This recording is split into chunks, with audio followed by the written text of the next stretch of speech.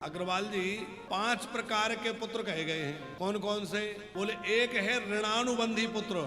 हमने पिछले जन्म में किसी से कर्जा ले लिया था और उस जन्म में चुकाया नहीं, तो वो इस जन्म में पुत्र बन करके आ गया और क्या करेगा, बचपन से ही बीमार हो गया। जब से गर्भ में आया तब से ही पैसे लगाने शुरू कर दिए। जन्म के समय खूब खर्चा कराया, फिर बीमार रहा, खूब पैसा लगवाया और जैसे ही उसका कर्जा पूरा हुआ ब्याज सहित ले लेगा और कर्जा पूरा होते ही चला जाएगा। आप ब्याज में रोते और रहो जीवन भर। चला गया। वो कौन सा पुत्र है? बोले वो है ऋणानुबंधी पुत्र। एक है शत्रु पुत्र। हमने किसी का कुछ बिगाड़ दिया था और वो हमसे बदला नहीं ले पाया, तो बदला नहीं ले पाया तो बदला तो पूरा करना है, तो वो हमारा पुत्र बन के पुत्री बन के घर में आ जाए और आकर के खूब बदला ले, तो वो संबंधी बन के आ गया और बदला ले रहा है, तो वो क्या कहेंगे? शत्रु पुत्र। ऋणानुबंधी पुत्र, शत्रु पुत्र। तीसरा है मित्र पुत्र। हमने किसी के साथ बहुत उपकार किया था, किसी की सेवा करी थी और वो बदले में सेवा नहीं कर पाया, तो वो घर में पुत्र बन करके आ जाएगा। वो हमारी सेवा करेगा, हमारा सत्कार करेगा और खूब हमें सुख पहुंचाएगा और हमने जो पिछले जन्म में किया था उसका बदला चुकाएगा।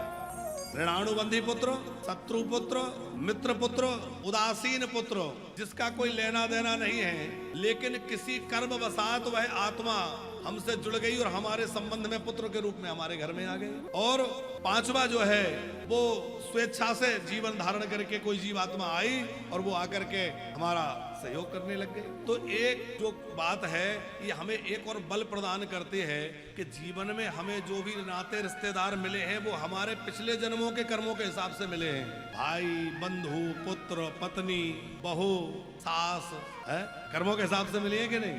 अब हम शिकायत क्यों करें और किससे करें? क्योंकि भैया पहले जो किया था वो आज सामने है और आज जो करेंगे वो आगे आने वाला है, इसलिए इस बार बढ़िया बढ़िया करते चलो, आगे अच्छा मिल जाए। देखो हम लोग ऐसे कर्म तो कर नहीं रहे कि मुक्त हो जाएं, तो मुक्ति तो हमारी बड़ी मुश्किल लग रही है, पर भैया ऐसा कर्म करो कि कम से कम अगली बार मनुष्य बन जाए, कोई हाथी घोड़ा ना बनना पड़ जाए, कीट पतंगा ना बनना पड़ जाए, और मनुष्य बने तो किसी बढ़िया घर में जन्म हो, अच्छे परिवार में जन्म हो।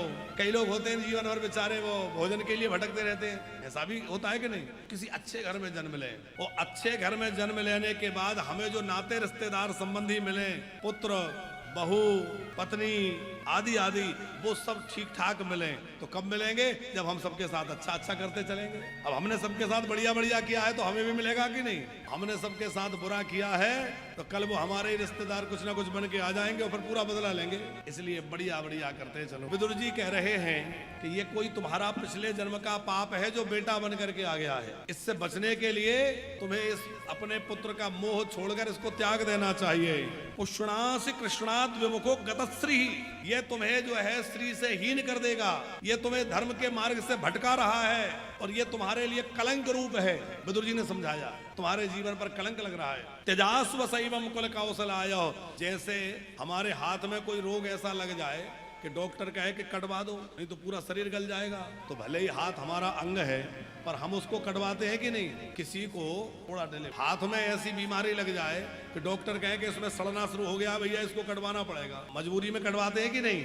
उसी तरह विदुर जी ने कहा कि भले ये तुम्हारा अंग है पर सारे कौरव कुल की रक्षा के लिए, कौरव कुल की कुशलता के लिए इसको त्याग दो।